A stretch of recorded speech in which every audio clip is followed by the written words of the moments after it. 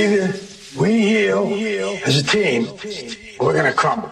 Inch by inch, play by play, till we're finished. We're in hell right now, gentlemen, believe me. And we can stay here, get the shit kicked out of us, or we can fight our way back into the light. We can climb out of hell. 1 inch at a time. You know, when you get old in life, things get taken from you. I mean, that's part of life. But you only learn that when you start losing stuff. You find out life's this game of inches. So is football.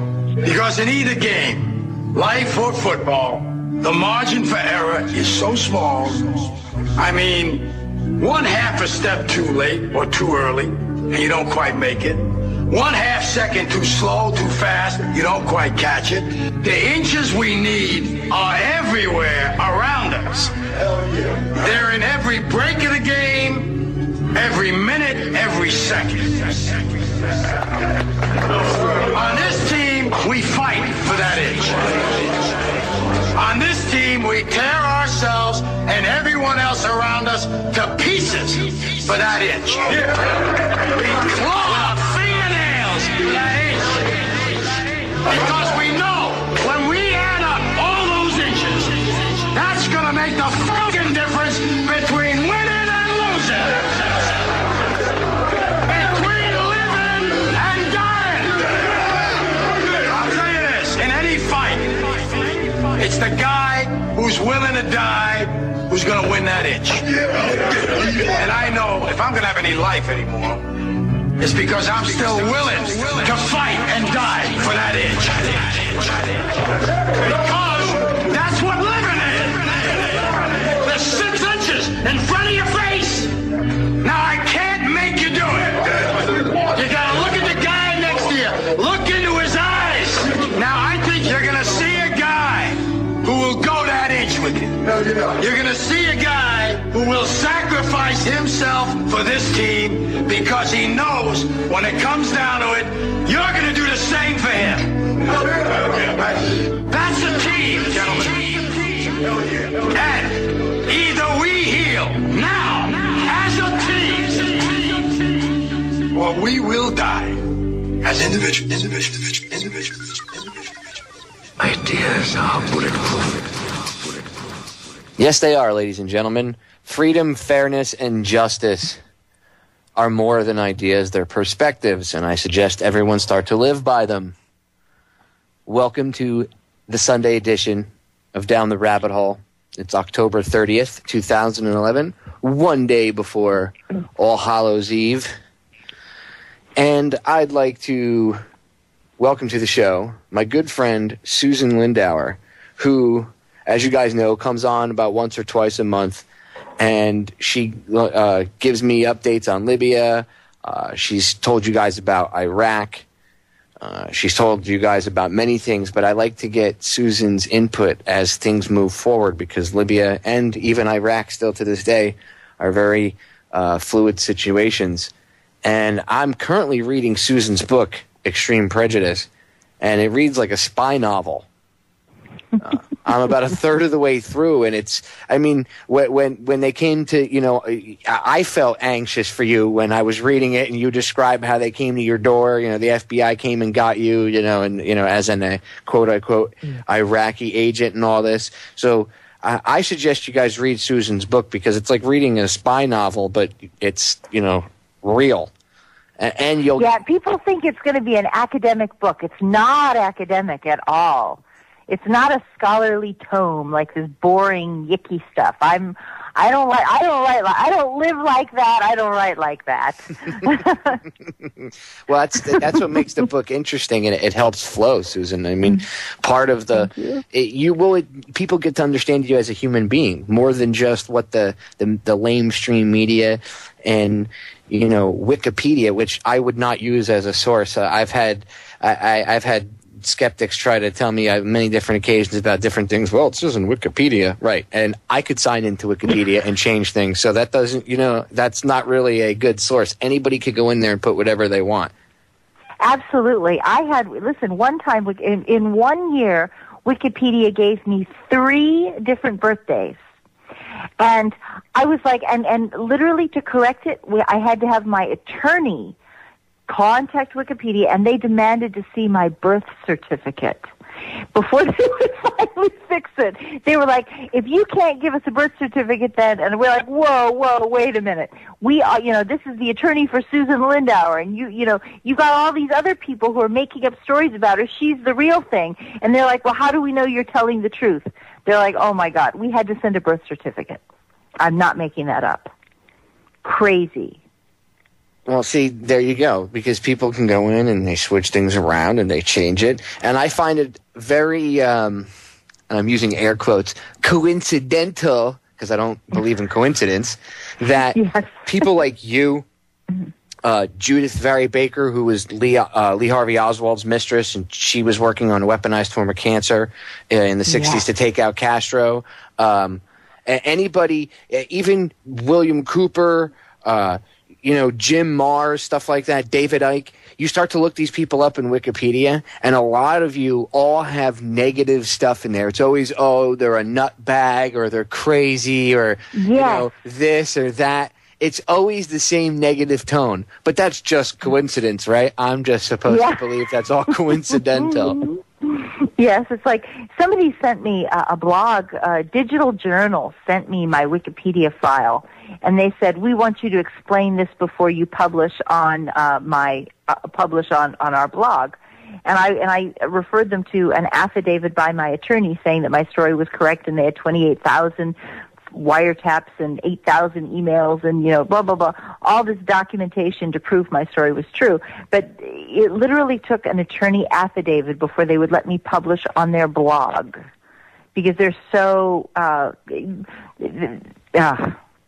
the defamation is so over the top. But I take it as a compliment, and I'll tell you something.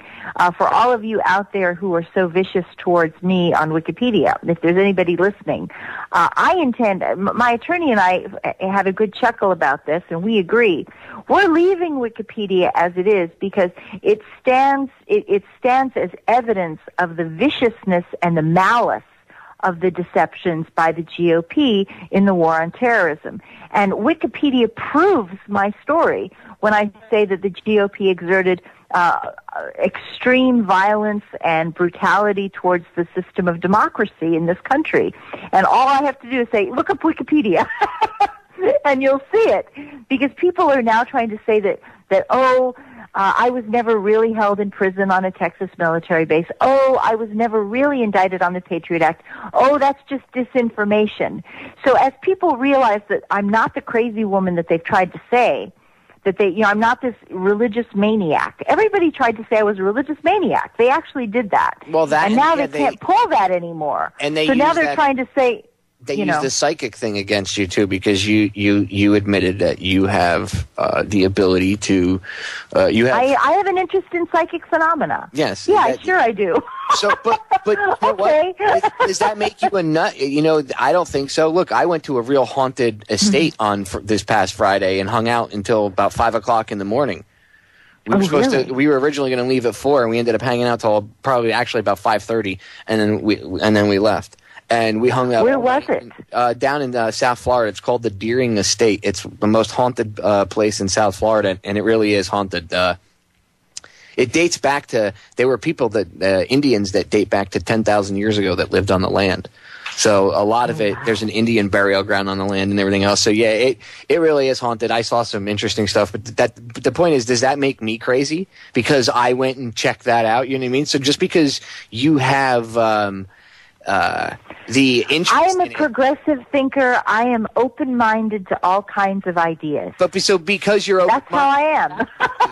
That's what makes me who I am. Because you're open-minded. I guess that's what makes you the bad person. The quote-unquote enemy, because you think outside the box. Which makes you actually definitely dangerous. It makes you a dangerous enemy to them. You might not think you're dangerous to them, but you are, because you present, and you could give facts and information to other people, and the way you come across is very important. You don't come across like some scholarly douchebag. You're very personable. You have this. Thank you. This very. You're very charming, and you're giddy. You're fun. You know what I mean. You can have a conversation with you, and it flows. So people that listen to you are more apt to believe what you have to say because you're not coming across like some idiot, and you don't talk down to people. It's like you talk to people, and that makes you dangerous. Thank you. That makes you dangerous. I take that as a compliment. You should take it as a compliment. I would consider it a Medal of Honor because that means that you're doing something. So, I mean, obviously you're... Well, you know what? It's true. Well, the thing is, when I give talks and stuff, I speak from my heart and I just tell the truth because I lived it, so I know what it is. Well, and that's why people love you, Susan. All right, stay right there. We're going to break. Ladies and gentlemen, we'll be back in a few minutes. Stay tuned. More with my friend, Susan Lindauer. We'll be right back. We tolerate outrageous conspiracy theories concerning the attacks of September the 11th, malicious lies that attempt to shift the blame away from the terrorists themselves, away from the guilty. People are always asking me, yo, Gemini, what's your angle? Are you a devil or an angel? And I say both, as I continue to blame the Knights Templar and the Hospitallers, the real reason New York lost their tower. Well, welcome back, ladies and gentlemen. And to answer, before I get back into everything with Susan, to answer the question in the chat room, or not really a question, somebody said more of a statement about how when they try to get on, when I put articles out on Twitter, that happened, and they said it was blocked, they couldn't get to it, said server not found. That happens a lot with my website. Most noticeably with the page that I made with the help of Miss Susan Lindauer about the NATO war crimes going on in Libya. And whenever I tweet it or put it on Facebook, I always get at least one message on both that they can't get to it, and that my website's down. And I say, no, the website's not down. You're being blocked. One guy even sent me a message, and he said, I know that you're being blocked because it kept telling me that the server was down, so I went through a proxy server, and I was able to get through to you.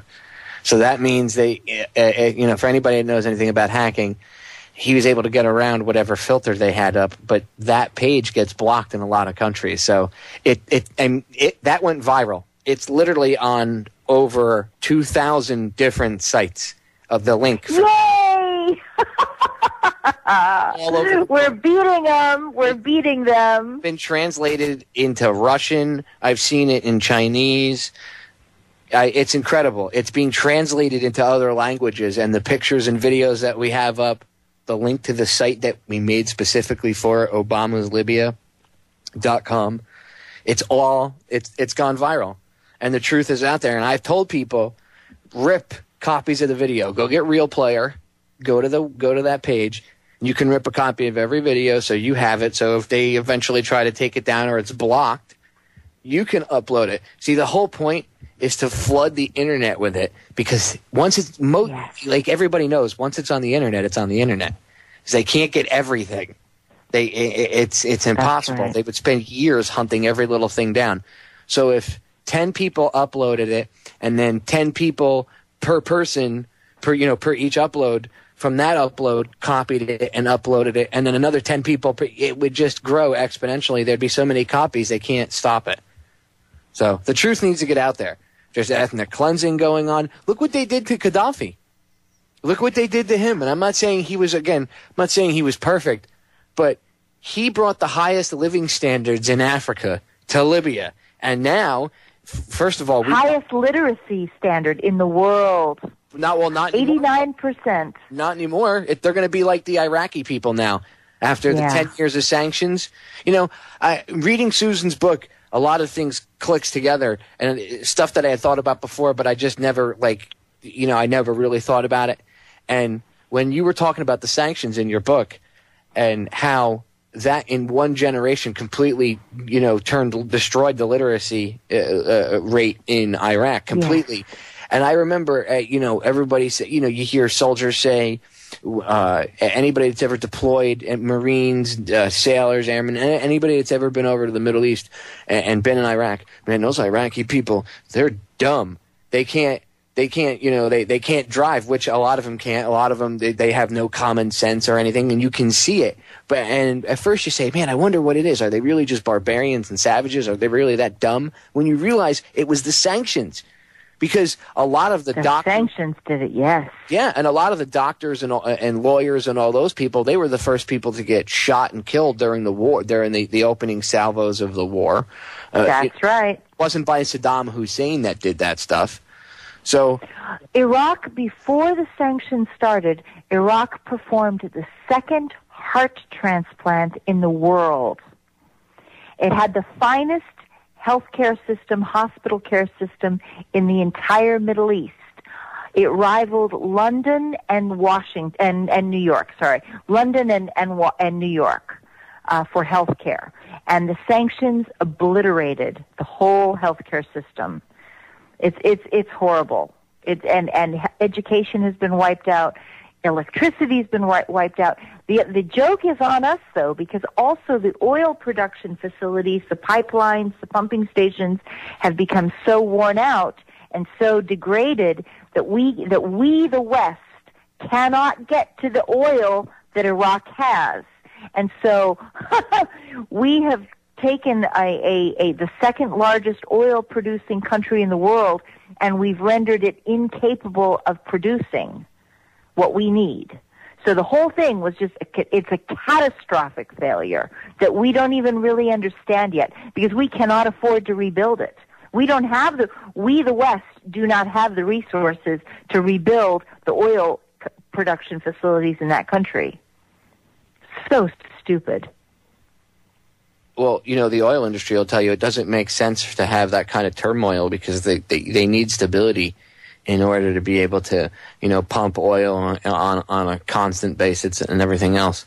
And you guys really need to get Susan's book.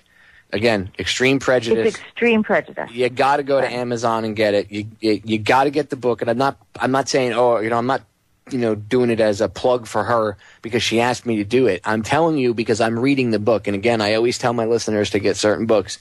Get Susan's book, Extreme Prejudice, so you can understand what was going on inside Iraq before we invaded. So you can understand a little bit from an insider's point of view a little better that Iraq wanted to work with us. It wasn't Saddam Hussein thumbing his nose at America and giving us the finger and trying to be a tough guy.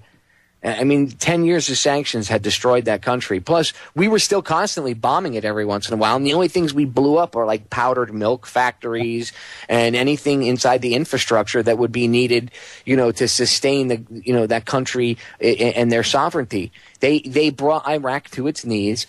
And then when Saddam was ready to, play ball, there were people like Susan and other people that were either CIA agents or other assets, or people that worked inside a government that really did want things to work and tried to get things to work. And Susan's team in particular was top notch, and they were getting things going really well. And then we had a comprehensive peace framework on the table.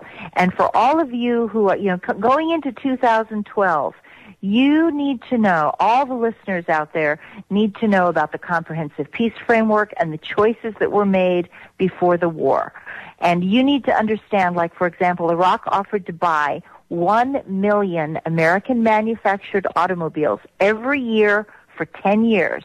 And think about the jobs that would have been created in Michigan and Ohio and Indiana, where there are now record foreclosures, record poverty levels. There's no hope for the future. They're in real trouble over there. And so when you go to evaluate these politicians and you're trying to decide who you vote for, who brought you jobs? Who took them away? The other thing is the anti-terrorism. The Iraqis offered to invite the FBI to send a task force into Baghdad with authorization to conduct terrorism investigations and make arrests. And they also tried to turn over the financial records, banking records, that would show where early Al-Qaeda figures were holding their money. And this would have been the greatest the greatest windfall for anti-terrorism. It would have allowed us to shut down the pipeline that's feeding terrorism around the world. And the Republicans refused to take it because they didn't want to give Saddam any credit for what? For contributing to the war on terrorism. So we lost all of that. And Saddam said that that he would destroy the papers if the United States tried to declare war on Iraq. So when the bombing started in Baghdad, all that stuff went up in flames. It's gone now. We've lost it forever. But there's just, the fraud of the war on terrorism. You guys need to know what that is. You are no offense, this is a very educated public you guys have, but you are in the dark on this. The war on terrorism has been a major fraud, and it's bankrupting our country. I agree 110%, Susan. We're going to get cut off by the break. We'll be back in a few minutes. Stay tuned, ladies and gentlemen. Silence is the enemy. Words have power, but actions speak louder. Pretend to be free till you die a slave, a soldier in the desert searching for a ghost in the cave. For the corporation, I run out of patience, sick of seeing troops sink to die for your lives, spending dollars in debt. We holler in protest till we have your arrest. We will not rest, and we know what you did that day. Kill your own citizens to advance your ways. All my real patriots stand up and say 9/11 was completely an inside job. Welcome back, ladies and gentlemen. During the break, Susan and I came up with a perfect way to solve the national debt problem. When Bush and Cheney and Wolfowitz and all them get rounded up for treason and arrested finally, and I keep saying when because if you have to visualize things to make it actually happen. So I just keep thinking in the positive. That way, eventually, it will happen. Or either that, or Dick Cheney's little battery-operated pump will turn off. But and I usually don't wish ill on anybody, but that man is evil. And we figured out that when they get rounded up, if you televise, because obviously they'll be found for treason, and then the punishment for what they did will obviously be the death penalty. So, which is according to laws that are already on the books. So, when they get executed, we should televise it, make it pay-per-view, and charge $5 a head. Just $5 per link, and then anybody can watch it for any period of time, wherever. I don't care if you stream it all over the world, But whatever proceeds get made, take the proceeds and put it towards the national debt. And I guarantee you, you'd wipe out the national debt and probably make a couple million. Yeah, take that, Warren Buffett. This is a better plan than his idea. Right? It took us like 3 minutes and over a cup of coffee during the break to figure it out. And look, there's a lot of people that are around the world that cannot stand Dick Cheney, and they know he's a war criminal, and they're just waiting for that. He is a war criminal. He is a war criminal. And the thing is, if you read my book, Extreme Prejudice, The Terrifying Story of the Patriot Act and the Cover-Ups of 9/11 in Iraq, you will get everybody knows that they lied. But the problem is you really don't know how badly they lied and the depth of their lies. You only know that they lied about the weapons of mass destruction. But there's a huge range of issues behind that related to 9/11, related to the peace option, and related to the malicious actions of the cover-up, which is my story because I was the asset covering the Iraqi embassy, and so I and all the other assets were thrown in prison, and you don't even know that. It wasn't just me. There were just a handful of us, mind you, but every single one of us got thrown in prison, and my co-defendants were required to sign confessions that they had deliberately created false intelligence for the CIA and the FBI so that they could try to push the United States into war with Iraq. And this was craziness. These were the sons of diplomats. And they talked about how in the prison telephone conversations, which I have the transcripts of this, because every phone call, as you know, you guys are sophisticated, you know that prison phone calls are recorded and transcribed. And so in their phone calls to their family, they talk about how the CIA and the FBI are trying to force them into these confessions, and how they had arrested their family members, their brothers and sisters, and thrown all the kids in prison while the mother and the father were they were Iraqi diplomats, and they had left New York and gone to Tunisia because, you know, once the war broke out, they were forced to leave the country. But the children stayed behind. And so all of the kids get thrown in prison. And it's a horrifying story of the abuses that we would usually associate with Saddam Hussein. But you don't even know the kind of deception that was applied. And if you did, I think you would you'd be outraged. I just think that most Americans, if you understood what they did to me, an American citizen, on the Patriot Act, I was the second non-Arab American ever to be indicted on the Patriot Act. And I got hit with secret charges, secret evidence, secret grand jury testimony. I was not allowed to know what I was accused of doing. The government was required to provide no evidence that I actually did it.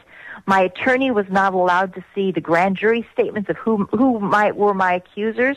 Then they throw me in prison on a military base. I'm not allowed to have a trial or a hearing. Not even a hearing, you guys. You just don't even know how bad this law really is, and especially given the conflict that is coming. I think we're in the beginning stages of a major positive, I hope, revolution where we're going to take back this country. But you need to know what weapons they have at their disposal, because they're going to hit you with this stuff. Well, I was the first one. I'm not going to be the last. Did you hear what? That's okay, Susan. Did you get passionate, woman? Get angry. This woman, hear her roar. Did you hear? Now I don't remember if it was Panetta. I don't think it was Panetta. It was one of the attorneys. What's his name? Alberto Gonzalez. Holder? No, Gonzalez. I don't remember where he was, but it came out in the news yesterday. He was giving a speech or something, or having a talk somewhere, and he said or somebody asked him a question, whatever it was. He said the next thing is going to be, I think it was Gonzalez anyway. The next terror attack is going to involve a terrorist from inside the United States. So they're already telling you, yeah, the next attack is going to be a homegrown guy. So not only are they trying to, implant that idea in your head, now you have government officials coming out and saying things like, yeah, they are going to do this. This is what's going to happen. Well, I'll tell you what they are going to do, what will happen. It is inevitable, and this is not a conspiracy theory. This is an inevitability that at some point there will be a nuclear attack on the United States. And it's just, we've already mapped it out. It's like one of those things that you forecast and you plan for. And we expect, and we've talked about this for 10 years. Okay, so first of all, this is not a warning that has originated in the past 2 or 3 months. This is a warning that's been going on since the mid-'90s, that we forecast that eventually there would be a dirty bomb, nuclear bomb attack on the financial district of New York City. And most likely it would occur, we've even figured out, most likely it would occur on a Friday afternoon, because that's an Islamic holiday, and it will happen at approximately 3 o'clock when the stock market's closed. And the stock market bell will go off, and a bomb will go off right at the same time. And that's how detailed they've mapped it out. But they've also done some other things because of that. Like they've got backup files of the Wall Street records, like Wall Street stock purchases and stuff like that. So when it happens, they're going to be protected. However, the real scary thing is that we know that it can't be stopped. Do you know what I mean? All of our policies are driving this conclusion. So, in other words, we know we've known this for like 10 years, that all U.S. policies are driving us to the point where it is inevitable that somebody will do this to us, because they will be responding to all the violence of what we're doing to them. Well, we've created so many monsters. What I mean? We have created this, and exactly. So as we are creating this situation, we the government, and so the CIA has said, look, there's a consequence to U.S. foreign policy, and the consequence is going to be a nuclear attack, a dirty bomb attack on New York City, and we know this. And all of the things that we're doing are driving this forward. Do you see what I'm saying? Okay. So when it happens, I don't want to hear anybody say, "Why did they do it to us?" Because we told, why did they do it to us? We're doing it. You see how they jump on Ron Paul when he says, well, they had, on 9/11, we were attacked because of our foreign policy. And people don't like to hear that because that makes us have to reflect on ourselves and actually maybe take some responsibility for the things that we've done. And nobody wants to hear that. And you get the far right all up in arms, oh, blah, blah, blah, blah, blah. And then you get the hardcore lefties doing the same thing because they don't want Ron Paul in either because they all have the same goal eventually. They're all controlled by the same people. So all the mouthpieces are doing the same thing, and they're all bashing Ron. I'm not trying to say Ron Paul is perfect, but they attack him because he speaks the truth. He's got good ideas. He's the only one that speaks the truth. I mean, look, he's accurate when he says it is only a matter of time before we get hit again because of what the CIA calls blowback. So if something, he's not. And the CIA knows it too. The CIA knows it too. We say it all the time. And here's the thing: with all the security we have in place now, if something happens, you can bet your biffy without a shadow of a doubt that this rogue element, this shadow government, will be at the helm, and they will have their fingers in it, and you will have all these rogue elements of intelligence agencies around the world with their hands involved in it, and it'll all be for the purpose of the ever-encroaching police state, because that's what it's for. It's like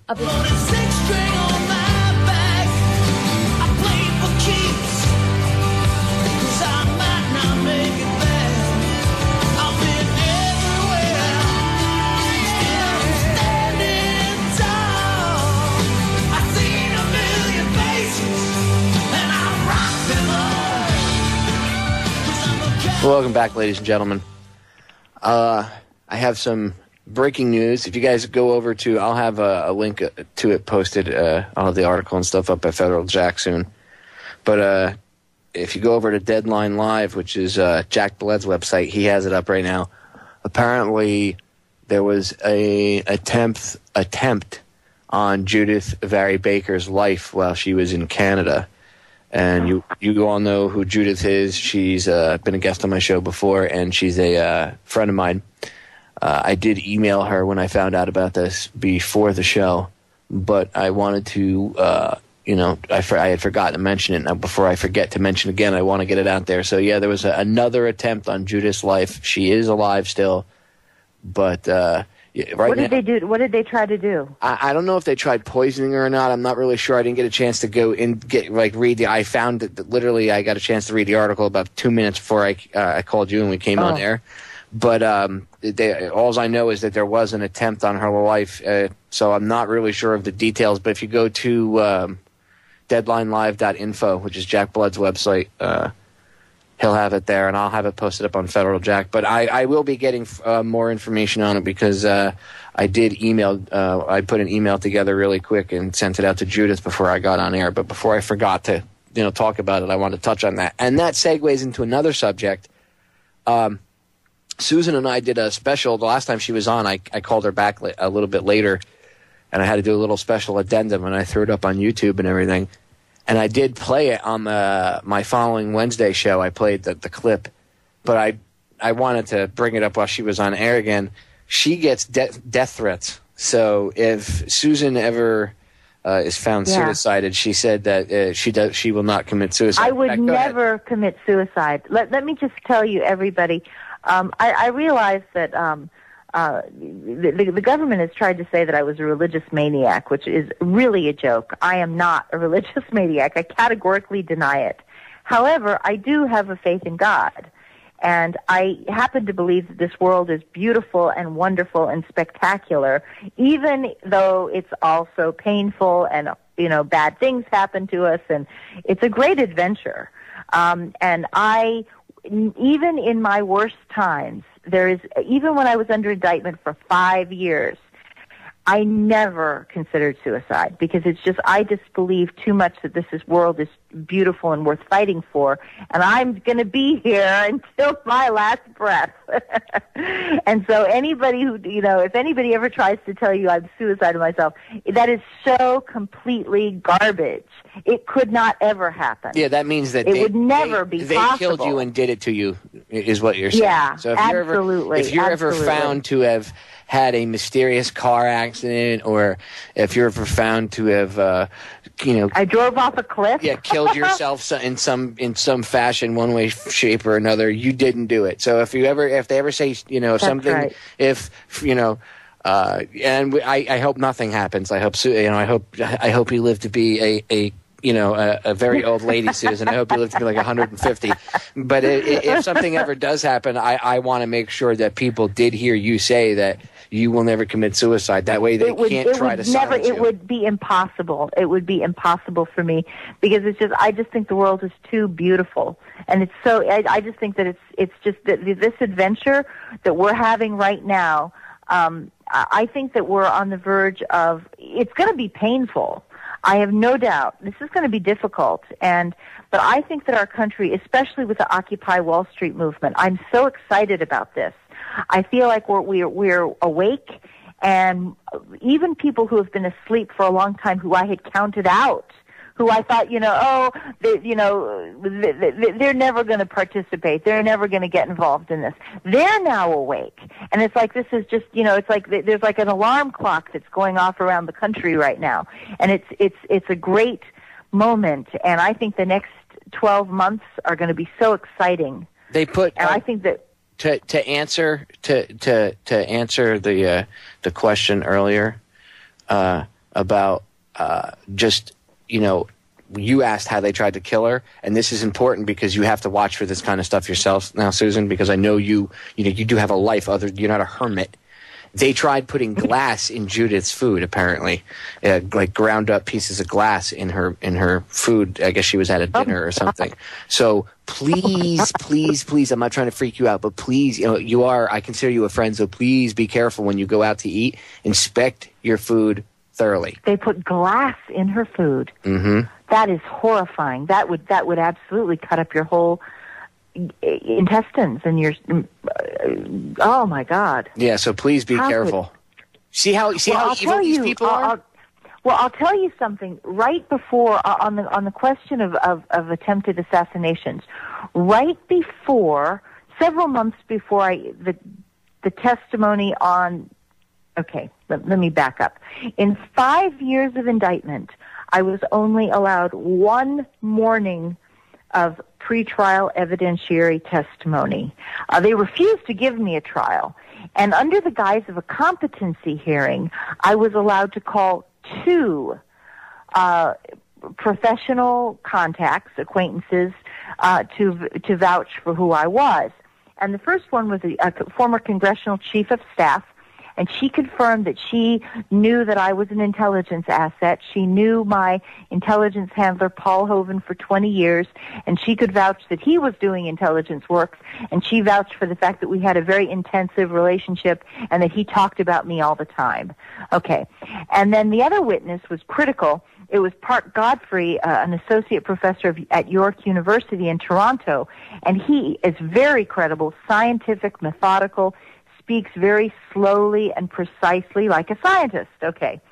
And he verified my 9/11 warnings. And there would be no question if you heard his testimony that he was you could trust what he was saying, because he's not an activist. He has nothing to gain from. He's not a 9/11 truther. He's not passionate and outspoken like I am. He's a scientist, and he was recalling very precise conversations that we had in the months before 9/11. Okay. Now, the reason I'm telling you this is, once the government agreed to the court agreed to the hearing, the government tried to stop the hearing from taking place, and they did it several months before the hearing. I had my car was broken down, and I had to take it to a mechanic in my neighborhood, and he said, "Oh my God!" He called me up. He said, "Susan," he knew about my case, and he said, "Susan, somebody has cut the struts of your car. Now, the strut is the block under the engine, the sheath under the engine that holds the engine block up so that it doesn't drop out of your car when you're driving. And he said that somebody had gotten under my car, and had hacked out the struts so that the strut was about to collapse. And he said, that the only way that I could have done this would be is if I had gone on the back roads of West Virginia and gone off-road, all-terrain vehicle riding. You see what I mean? I'd have to go off-road and go up and down hills and drag out the car engine. Yeah, they probably climbed up onto your car with a little portable electric powered, probably battery powered grinder, and just started grinding away. That way, if you hit bumps and stuff, or maybe when you take a certain turn, because the struts would collapse, and then what would happen was the whole front end of the car would drop down. You'd lose control. You wouldn't have any steering, and if you're going around a curve, you'd fly off the curve, and if there's a tree, you'd be done. And that's exactly. And what they said is that exactly. And even if I kept going, the fact is that the car would, I would drop, the car engine, the seat would drop down onto the ground, and the car would keep coming forward, and I'd be dead. They said this is a guaranteed fatal accident that you'll have if you. So the mechanic was like, I know your situation, and I know what they did, and I know what these people, are capable of doing to you, and I think someone's trying to kill you, Susan. And this was after I'd been under indictment for 4 years. I'd been under indictment for 4 years at this point, but my hearing was like 3 months away, and so they tried. And then after my hearing, about 6 weeks after my hearing, I had a very old car, okay, and my car broke down again. It had 100,000 miles on it, so that's not suspicious. But it happened to break down, far away from my house. So this time I went to a different mechanic. And the different mechanic, who knew nothing about my past, says to me, "Oh, my God, are you going through a bad divorce?" He said, I need to talk to you. We need to have a conversation as quickly as possible. You need to come over to my office because I got to tell you something. He said, "Are you going through a bad divorce?" And I said, "Well, yeah, you could kind of say that." I'm kind of thinking about the CIA and my case and everything. "Oh, yeah, kind of." He said, "Well, your ex-husband is trying to kill you." He said that they had cut through the axle of my car. And he said, "This is a neat, clean saw cut. That somebody has actually cut through about 2/3 of the axle of your car, and if you hit a bump or something, it's going to go off, and your axle's going to break off, and your car and your axle are going to go separate ways." And this is about 6 weeks after my 9/11 testimony by Park Godfrey. You pissed somebody off. Yeah. Oh, yeah. They were determined to stop the story. You made somebody angry, Susan. What a surprise. We're going to get cut off by the top of the hour break. Ladies and gentlemen, stay tuned for hour number 2 with Susan Lindauer. We're going to get into Libya and more when we come back. Gaddafi wasn't perfect, but he wasn't as bad as everybody tries to make him out to be. So. Oh, you're nothing like these guys.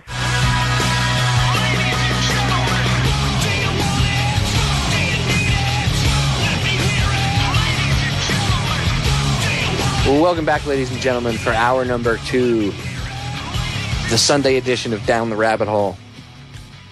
It is October 30th, 2011, one day before Halloween. I'm hanging out with my good friend, former CIA asset, anti-war activist, author, and all-around awesome human being, Susan Lindauer. Author of Extreme Prejudice. Yes, check out Susan's book. Seriously, you guys need to read her book because it's not a boring read at all. You get sucked into it. It's her perspective on exactly what happened to her, and she, at least, even if you don't like her, there's always a skeptic out there. Go out and get the book. Don't just run your mouth based on what you read in Wikipedia. At least if you're gonna run your mouth about somebody, be educated about it. Otherwise, you're not a true skeptic. You're just being... Wikipedia is total disinformation, total make-believe. They actually have fabricated non-existent court documents that they pretend are related to things tied to my case. And we've sent Wikipedia the actual documents, and they have taken them off the internet. And so it's just craziness. My attorney actually got involved, and Wikipedia is a front for disinformation. Exactly. And we're allowing it to stand at this point because we want the record to show how badly this faction of the GOP leadership actually behaved. And you can't believe how incredibly dishonest they are until you see my book, and how it proves malicious deception. It wasn't just that they failed to connect the dots. Oh no, you can see that. You can see that there was. It's like I said to you off air. Not everybody that works for the CIA is a bad person, and not everybody that works in the intelligence community is a bad person. There are good people that are really working, trying to do things, and they knew that, that when they had warnings that something was going to happen, they ignored it, which means that they obviously already knew about it.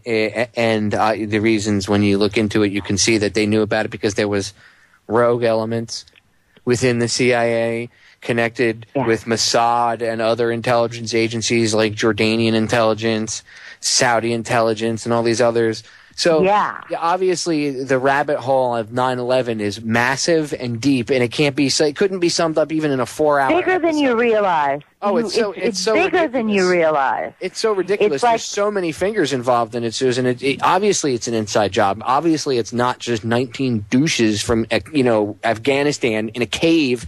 Let's look at the official conspiracy theory for a minute. 19 ass backwards Arabs. That's what they would have you believe, that all Arabs are ass backwards, right? So 19 ass backward Arabs from a cave. Okay, they're so dumb and backwards. They live in a cave, right? Yeah, but these guys yet have access to satellite phones and all this other stuff. So they have Bin Laden he's a quote unquote dumb Arab, but yet he's got the Bat Cave, right? Okay, so you see right there, it's a contradiction, but it goes further. Now, working from his Bat Cave with his laptop and his wireless, he orchestrated, with surgical precision, these strikes all over the United States, in New York and in Washington, without a problem, without a hit, except for Flight 93, of course. And meanwhile he's in a when 9/11 is actually going down, he's in a hospital bed. In where was it? Pakistan? Was it Pakistan or Saudi Arabia? I apologize to everybody. I always get this. I've been told this before, and I keep forgetting. Well, where they caught him this past time, he was in. When they say they killed him, it was in Pakistan. No, okay, but when on 9/11 he was in the hospital. Oh, so he did all of this while he was he planned it from the cave, and then he executed it from. I thought it was I thought it was Qatar myself, but I have to. It might be Saudi. Okay. Sorry. It wasn't Pakistan. He was in a hospital bed and he was having a meeting with the CIA. I can't exactly. It was an American-run hospital. It might have even been Dubai. Yeah. In fact, you know what? I think now that we've named like four different areas, I think it was. I honestly think, if I remember correctly, I think it was in Dubai. But isn't that terrible? It's like I do the same thing. Oh no, my friend John, my friend John, who listens to the show, and he happens to be an expert on this. He said he was in Dubai months before. It was in Pakistan, in Rawalpindi Hospital. So he was in Pakistan. There you go. Correct. There you go. So he planned it from Pakistan in a hospital bed using his wireless laptop. And when he's about to die, and then magically he lives 10 years.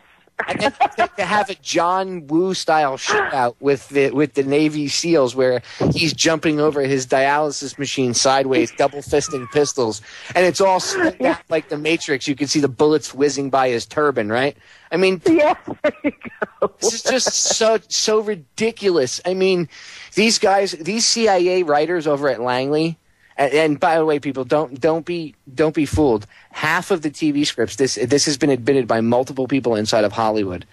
half of the TV scripts and more than half of the TV scripts and movie scripts that go out there and become movies or TV shows are written with someone from the CIA involved. Now, they're either written directly at Langley or somebody is a CIA agent pretending to be somebody else, and they happen to have access to a group of writers for maybe a larger show or something.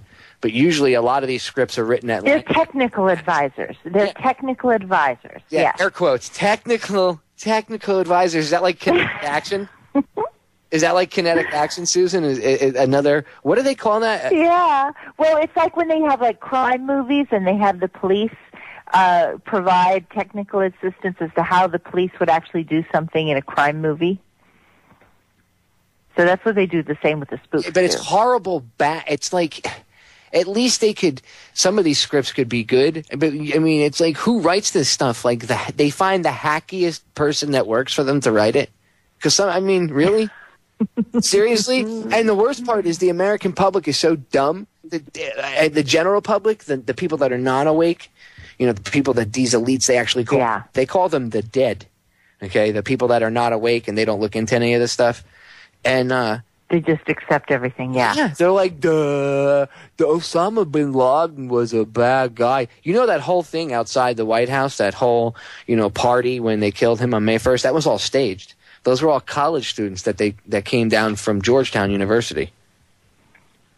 Oh, seriously. Oh, my God. And Bob, wow. That night we did a special broadcast, and we're watching the live footage, right? And I'm like, I said to Bob, how are they lighting off fireworks right on the other side of the fence on the White House?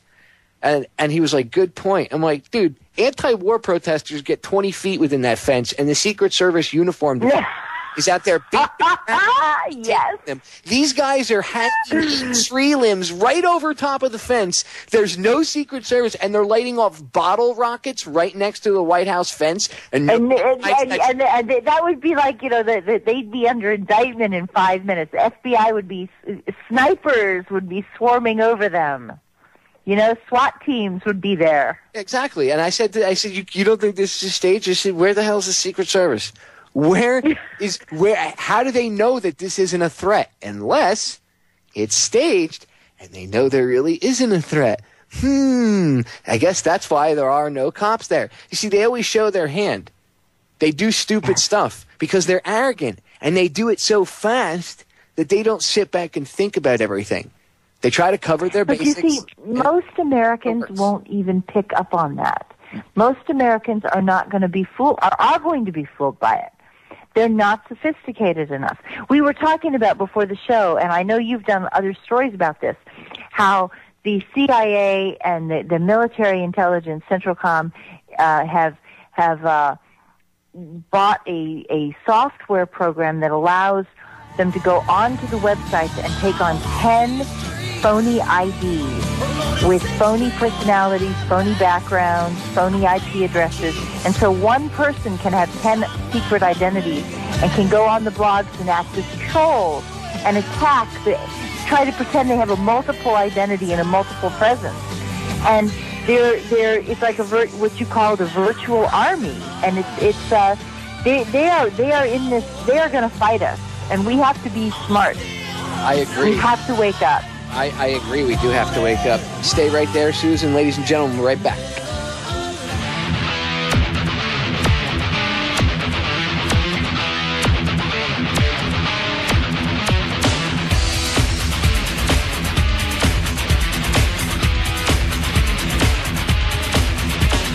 Susan and I are back, ladies and gentlemen. And I want to get into the Patriot Act a little bit. Susan's got some very disturbing stories of, you know, firsthand experience, some of it about the Patriot Act, and it's really disturbing how fast your rights can get taken away. And then on top of it, if you think about that new bill that they're trying to push now, where if they label you a terrorist, that gives them the right to take away your citizenship, and if they take away your citizenship, there goes your constitutional protections. Oh, God. Right? That is just so scary. I mean, and to say that somebody's not, if somebody tried to say I wasn't an American, I mean, that's just frightening. Because, I mean, you can love this country and hate the government. You know that, right? I mean, we all know that. This country was founded on. Are you kidding me? Absolutely. It's why, you know, yeah. And that's what they're trying to say, is that if you oppose the government, then that's what the Patriot Act says. The Patriot Act says that free speech is equal to sedition. And therefore, if you're a troublemaker, as demonstrated by speaking, free speech, criticizing the government, that qualifies as seditious behavior. It's a very short step to say that seditious behavior is a conspiracy to engage in terrorism. You don't actually have to have a bomb to be a terrorist. You know that, right? You can just advocate pulling down, you know, the Federal Reserve, and you're a terrorist. Seriously. Well, seriously. Exactly. That's what it's harder for them to do that now. So every little step, like this bill that they want to pass, it's one more inch closer. You know, and like my opening says, we have to fight for every inch, because if you give them an inch, they'll take a friggin' mile, these people. And they're evil. Yeah. They're evil. Look, they are evil. Look, I mean, they eat their own. They don't care. Look what they, again, example, not just you, but look what they did to you. You're a perfect example of, and then the other two guys that you didn't even know about until they locked the three of you up. You know, they sacrifice anybody, anything that goes against their status quo. Their ideology. Yeah, and it doesn't have to be true. It doesn't have to be truthful. Like, I was advocating nonviolence.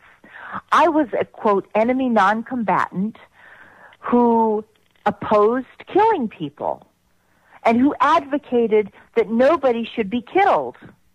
And they said that made me an enemy non-combatant. I mean, and that my enemy non-combatant status meant that I should be locked in prison on a Texas military base.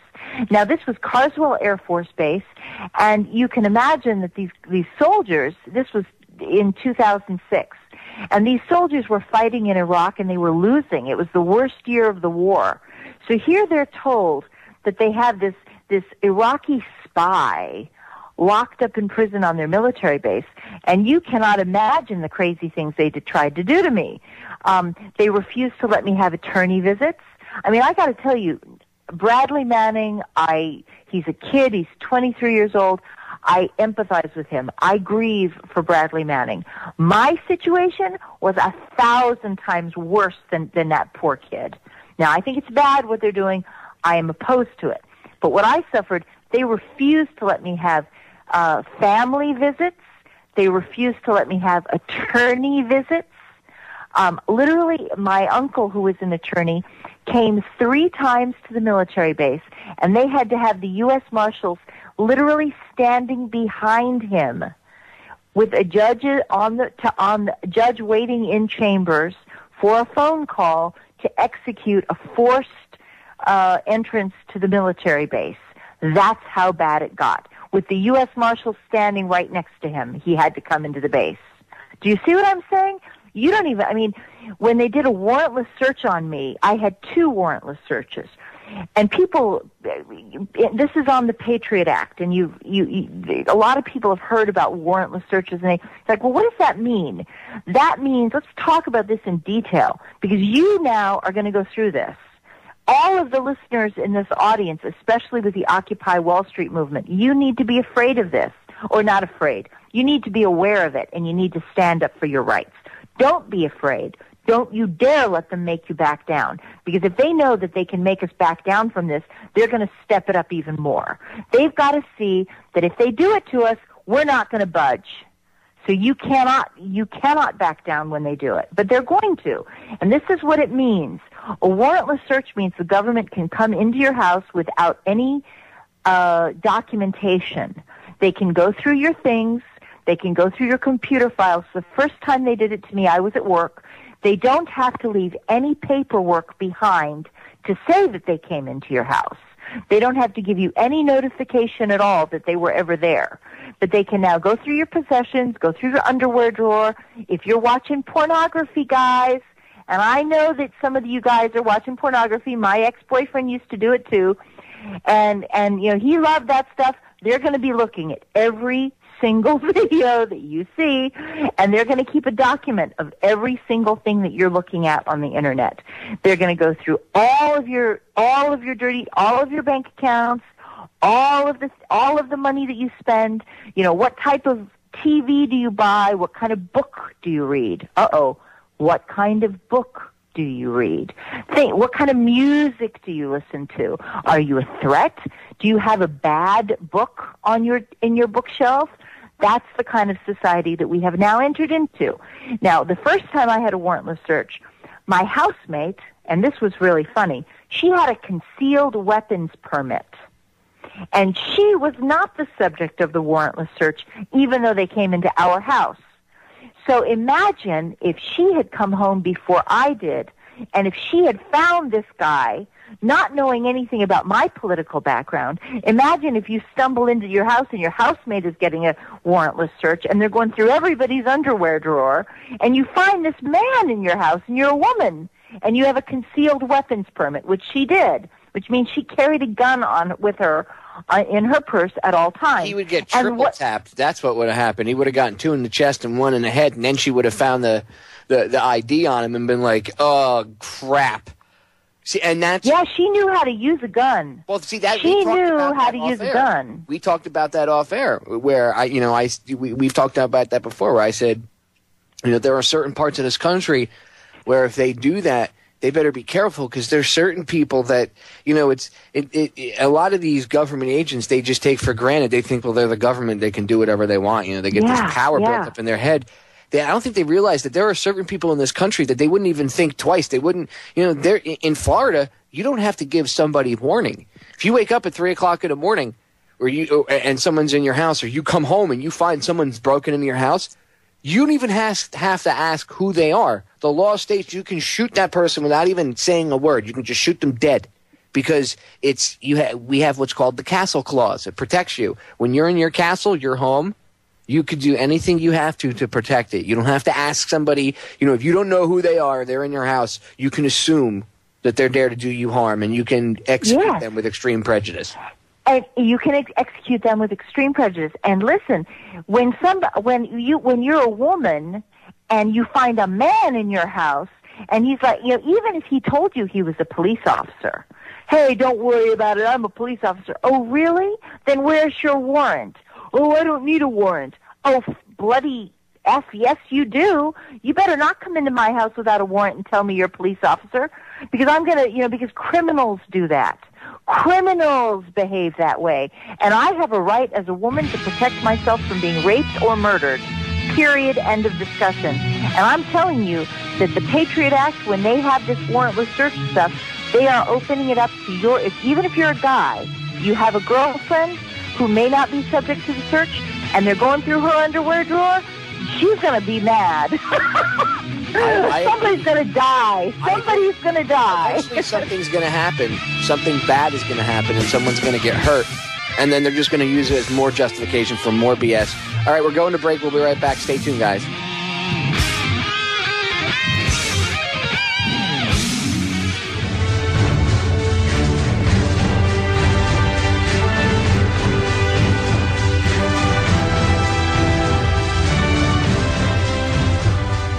We are back, ladies and gentlemen. Susan and I were discussing off air. We were having a passionate discussion about, just what they're doing, because they're setting up both sides. They're setting up, and when I say they, I mean the social engineers, these elitist douches, the Illuminati, New World Order morons.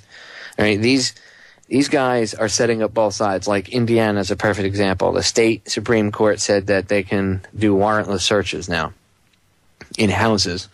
And right after that, a couple sheriff or a couple of them came out and said, yeah, we're going to start doing random house searches. Well, no. Constitution protects against that. I don't care if the state or city says, well, we're going to do it. No, okay, you're violating my constitutional rights. And what's going to happen is somebody's going to be armed, and they're not going to put up with that crap, and they're going to either be it's either going to be I don't care who you are, or it's going to be a case of, I don't know who you are, I don't trust that. That's right. And they're going to, then the person's going to try to force their way in, and they're going to end up shooting them, and then they're going to be like, oh. For self-protection. Of course. Because listen, as a woman, I can tell you that my housemate, we almost had that situation in my home. Because my housemate, my beloved, she's a law-abiding, good American, sweet, nice, never breaks the law, no speeding tickets. She would tell you that if she saw a police officer on the street, she would think that her police officer is going to protect her. Okay, she's not going to shoot a police officer, but if you go into her home and if you break into her home, she has expectations, and she has reasonable expectations that the police are going to behave in a lawful manner. And there's no reason that any woman should expect a man to be in her house without her knowledge and permission. And saying that you're a police officer is just not good enough. It's not a good enough reason for you to be in somebody's house. Well, listen to me. This is going to sound... Period, no. I'm sure somehow some douchebag is going to twist this the wrong way and say that I'm advocating, killing police officers. Yeah, like negative and violence towards cops, but I'm not. But I'm going to tell you what right now. How many times have you seen cases where cops on duty pick up somebody? This just happened. A cop picked up somebody. He pulled her over for speeding or whatever the hell it was, tail it out, pulled her out of the car, put her in the back of the squad car, drove her off to some remote location and raped the crap out of her. And then brought her back, to her and dumped her off by her car. Now, that happens. This isn't a one-time thing, maybe 30, 40 years ago it was, but this is not this, that only happens once in a while, Popeye. No. Yeah. This happens more and more because more sociopaths are being brought in to the police forces, and they're being indoctrinated through different methods into just being dehumanized towards the general public. And this is the kind of behavior that results from that. When you dehumanize anybody and you take away their humanity, and they stop looking at people like they're other humans, and they just start looking at them like they're cattle or like they're lower than them, this is the kind of crap that happens. So not everybody with a badge is reputable. So I don't care if you say you have a badge. I want to see a written warrant by a judge or an assigned warrant, and I want to see, there should be multiple, like a real search would entail, like, multiple cops, a warrant, blah, blah, blah, blah. That's right. Not a single person going into your house. Yeah, sneak just because they feel like it. And you know what? And that's what they're doing. Sneak and peek. It's very dangerous. Very dangerous. And the thing is, if you have a warrant, if you really have cause to go into somebody's house, then getting a warrant is not a big deal, because a judge is going to hear you give your explanation, and the judge is going to say, yeah, that's a reasonable reason, that's a reasonable justification to go in and get a warrant. And then you're going to give that piece of paper and show that you were there. And that's a simple matter, too, is saying you don't even think about this. Under the Patriot Act, the government has the right to come into your house, and they have no obligation to even say that they have come there. So you don't even know that they've been there. They could be waiting for you to leave again so that they can come back and finish whatever they were doing. I mean, they're sneaking around like criminals is what's happening. It's a very bad scene. Yeah, and what they do is a lot of times they stage taking away the integrity of the police. They stage it to look like a break-in so that you think, oh, someone broke into my house, blah, blah, blah, blah, blah. Well, see, my wife, even if I'm not here, my wife is generally here. So if somebody tried coming in, she knows how to shoot. I've taught her. Yeah. I trained her how to shoot, and I told her to not have any mercy. If she has to unload the entire magazine, she has to unload the entire magazine. I told her I don't care. She knows when I come home. She knows when it's me. She knows. But the thing is, and the thing is, we've now reached a point where we have to be concerned that police officers are going to do this to us.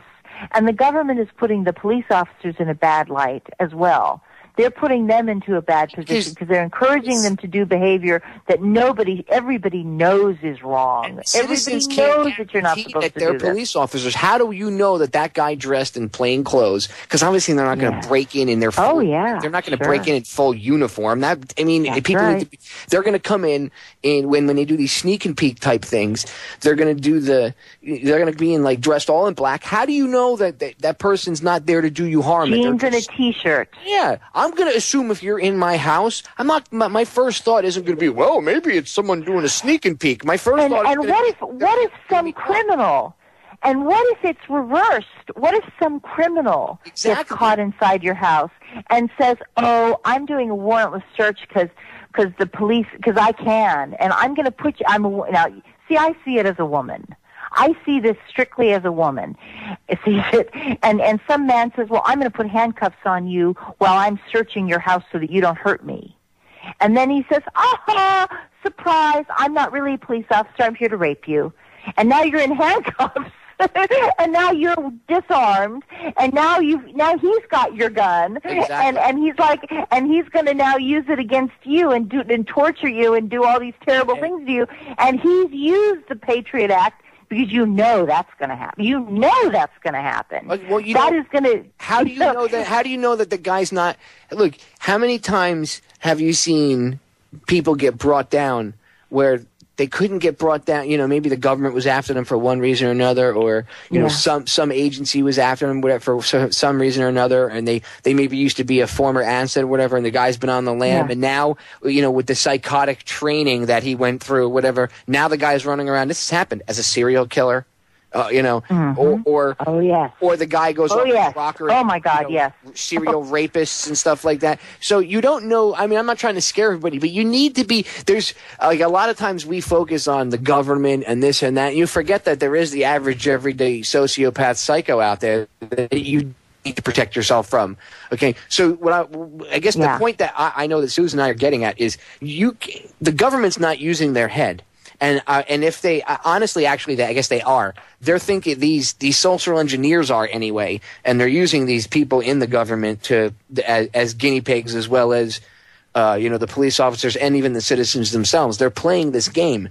It's both sides because they're setting it up so that eventually one day a citizen, for whatever reason they think the person is not a police officer or whatnot, and the guy is a cop, they're going to end up shooting somebody, and it's going to be in self-defense, but they're not going to portray it that way. Because the guy is going to be, an agent or whatever under the Homeland Security crap, and it's going to come out that because they said they've done the warrantless searches, it's already come out, so that's not a surprise. Mm-hmm. And then they'll prosecute this poor person, this individual, to the fullest extent of the law. And they'll, then they'll use it to try to justify, gun control. Because they always, remember, like Rahm Emanuel said, never let a good crisis go to waste. So, and this is gonna be like a spark. You know how it is. They take advantage of any little thing, even if they didn't facilitate it. They'll take advantage of it and use it to their own agenda and to further their. And guys, I know the people who are listening are thinking to themselves, well, maybe this will happen sometime in the distant future. It's already happening. That's the point. And it's going to increase. The frequency of these things is going to be more intense, not less. And especially when we see the Occupy Wall Street crowd. Those are the types of people they're going to go after. And they're not bad people, and they're not criminal people, and they're not terrorists. But the Patriot Act, there's a huge misconception that the Patriot Act only exists to go after violent individuals or to take action to stop violence against the community. Yeah, under the Patriot Act, that is not true. It considers dissent terrorism under the Patriot Act, and I'm not kidding. You guys can go look it up. It says dissent is terrorism. Even though Jefferson said dissent is the highest form of patriotism. We're going to break. We'll be back in a few minutes. Stay tuned, ladies and gentlemen.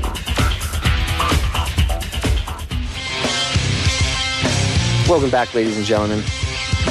You probably heard me and Susan talking coming out of the break there for a second. I was telling her a quick story about what happened to me on Friday night when I went to the haunted Deering Estate. and they a lot. You sit down with the people that work there or whatever, and they had some of the people obviously that work there, work for the place there overnight to hang out and help facilitate. And the one lady that the spirits seem to be fond of she's the vice president of the place that owns it. She runs it. So long story short, she told us how to behave ourselves and everything. And if you don't antagonize them and if you're quiet, that's usually when things occur. And I was telling Susan, we did have things occur to us in certain parts of the place that we were. And we were in one of the most haunted parts of the whole property. And we hung out in there for about a good hour and a half, 2 hours. And we had some interesting experiences. I was telling Susan about one of them. The chair next to me, there was nobody sitting next to me. And the chair moved by itself and slammed into my leg and then went underneath the table. And the guy that was standing about 3 feet away nearly crapped his pants. He wasn't expecting, and I thought the guy was going to have a heart attack. So it was kind of. I mean, that stuff doesn't bother me because I've experienced stuff like that before. So this, I was very my blood pressure was very low key and very even. I was like, okay, it happens, whatever. And they're like, did that just happen? And I was like, yeah, it hit my leg. And everybody else, I was like the only calm person in the room. It was kind of funny. Everybody else was kind of. See, I think stuff like that is really cool. I think I confess I have an interest in that kind of those kind of issues. But I just have a wide ranging. I'm not afraid of things. I'm not afraid of ideas. I'm not afraid of experiences. Open-minded. You have to be open-minded to be able to. If you're going to get into this realm of conspiracy and everything else, you have to eventually look at some sort of paranormal stuff because these elites practice certain levels of things. Like I did my Friday show was a special about Satanism, and my guest who came on, his name is Mark Passio. He really explained. He got in depth with it, and you have to understand that kind of stuff because that's the kind of things that these people do and partake in. I mean, look how giddy. Evil Hillary Clinton was when when she found out that Gaddafi was dead. She was all giggly and ooh beside herself. Oh yeah. I'm sure if there was a small Iraqi child next to her, she would have eaten it. Yeah. This is just crazy. Yeah, we are becoming Hillary Clinton is a goon. She's a scary. If David Icke is right about reptilian. I'm amazed at when I think that Hillary Clinton couldn't do anything worse. I mean, she's she's always been a feminist. I don't understand how she can rationalize supporting a government that is Al Qaeda that's going to impose Sharia on the people of Libya. But that's another story. I think that the Patriot Act is really important today to understand the Patriot Act. So let's focus on that. But yeah, because this is our final segment. We got about 10. Yeah. Let's focus on the Patriot Act and that because I just well, another example of the absurdity of the Patriot Act is what I was telling you, that 16-year-old kid. Now he's probably like 18 because he's been locked up for over a year now. I think it's been like a year and a half, almost 2 years to be honest with you. But at the time, he was like 16, and he was making prank phone calls, and they locked him up as a terrorist under the Patriot Act. He has no access to his parents, no access to his lawyer. Yeah. For making prank phone calls. Now, even if the kid... For making prank phone calls. Exactly. And I haven't seen the evidence that he actually said... because they said he called in some fake bomb scares. And I understand that is a serious offense, okay? And he should be reprimanded. If he did do that... Kids do stuff like that. I mean, they're kids. They're teenagers. He should be punished, but accordingly. When I was a teenager, we did stupid stuff like light fireworks off in school. Now you'd be a friggin' terrorist for that. But when I was a kid... Oh, my God! You'd get 10 years! Yeah, you'd probably get held under the freaking Patriot Act for it. But when I was a kid, flushing a cherry bomb down the toilet was a yearly event. I mean, that's every class did. There was some jerk off, and everybody loved to do that. It was like we could hardly wait for it to happen. Exactly. I mean, seriously, it was like fun. It was like being a kid. Exactly. Yeah. And somebody said one of the commenters in the chat room brought up a good point about Hillary Clinton, anti-tyranny news. They said the speech she gave about respecting free speech as her goons beat up Ray McGovern for standing up in silent protest. Yes. A perfect example. Ray didn't do anything, and he's standing there with his back turned to her all quiet. And they, in come the muscly goons, and it always takes like 3 or 4 of them to take, someone out, because it's easier, it's easier to be a tough guy when you got 3 or 4 friends backing you up. It's not so easy to be a tough guy when it's one-on-one. That's right. That's right. And a guy who's not speaking, who's got her back to Hillary Clinton. I mean, doesn't that say a lot? That she was threatened by a man who turned his back on her. Not who shouted at her. He didn't shout. He didn't threaten her. He didn't yell obscenities at her. He turned his back on her and stood against her with his back turned. And that offended her. Well, old lizard lips wants you to look her in the face when she's, lying to the public. Yeah. She's done a very poor job. Iraqi and Afghan children. That's what she eats to sustain herself. She's evil. That woman is evil. If you can't look at her and see that she's not evil, you know what I mean? I'm not saying you, Susan. I know you know she's evil. But if the general public can't see how evil she is, which most people know she's just an evil, vile person. She's not a human. She's subhuman. She's some sort of... She's arrogant. She's so far arrogant. She just presumes that she knows what's best for everyone. And this war in Libya shows how wrong she is. I mean, we've been talking for months about the Sharia and how I kept telling everybody, and you kept telling everybody, these people are Al-Qaeda fighters from Iraq, Afghanistan, Chechnya, the Balkans. They are returning to Libya from other conflicts. They are beheading people. They're sodomizing people. How many times did I listen to these idiots say in blogs, oh, no, they're not really sodomizing their opposition. Gaddafi was the norm. These are people who automatically do this to their enemies. Young men in Libya who have refused to join the rebel cause have been repeatedly sodomized. Yep. And so this time we got it on tape. And we've had other episodes that if you go to obamaslibya.com that Federal Jack is hosting, you'll see it, obamaslibya.com. You'll see that this is a pattern of behavior. There are other cases where they've castrated men who refuse to join the rebels. This time they did it to Gaddafi, and it was grotesque. But this is their behavior. This is their ordinary, daily behavior. And it's horrible. It's just, these are the people we supported. And we did it so they could institute Sharia and take away women's rights. And this is Hillary Clinton, who has bragged about her feminism for a whole lifetime. And then her greatest achievement as Secretary of State is to destabilize a perfectly prosperous, peaceful country and overturn all the advances in women's rights. And and I realize that a lot of you, maybe you don't like Gaddafi. That's okay. You don't have to like Gaddafi. But the question is, who are you going to replace Gaddafi with? And this was not a good move. Oh, well, we replaced it with terrible idea. We replaced it with our little monster of radical Islam that we created. And now, and what Susan means about the Sharia thing is the fact that women had equal rights, not all equul rights, but more equal rights than anywhere else in that area. In the Arab world. In the Arab world, Arab women, they under Gaddafi, they had the right to reject marriage proposals. Now, the Westerners, those of us in the West, were appalled by this. The idea that a woman would require protection so that she could say that when she was a 14-year-old girl, she did not want to get married to her father's or brother's choice of a husband. That's gone. She would have the right to say no. That's gone. We think, how could this even be a question? But in Sharia, she goes to jail in Kabul.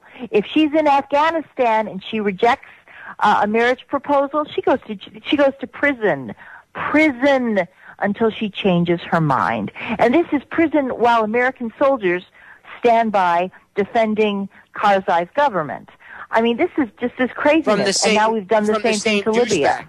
We're defending Karzai's government, and this is what kills me. The Taliban that we're fighting against over there, people are like, well, the Taliban did 9/11. No, they didn't. The Taliban was they were their own government. That was a separate thing. The Taliban tried to warn us about 9/11. Do you realize that? The Taliban, let me repeat this. The Taliban gave us warnings about the 9/11 attack several months before it happened, by about June and July, because the Taliban was receiving financial help from the United States to destroy the opium poppy crops, and they wanted to continue to receive that money because they needed the income, because they were using it to buy guns, I'm sure. However, they did try to tell us about this thing. So the Taliban was not the threat. You're talking about Al-Qaeda was the threat. And even Al-Qaeda wasn't really the threat because we're the ones who did it. Well, now they even admit that there's only there's less than 100 of them running around Afghanistan right now. So I guess, that justifies over 100,000 troops. Well, you know why there are only 100 Al-Qaeda soldiers in Afghanistan? Because a lot of them have gone to Libya. Of course. Libya is now, I want everybody to know this, Libya is loaded with Afghani fighters Susan, who have been brought over with the Libyan rebels. Sorry, I love coming on your show. That's okay. We're going to get cut off because we're out of time. But thank you for coming on. And everybody go get Susan's book, Extreme Prejudice.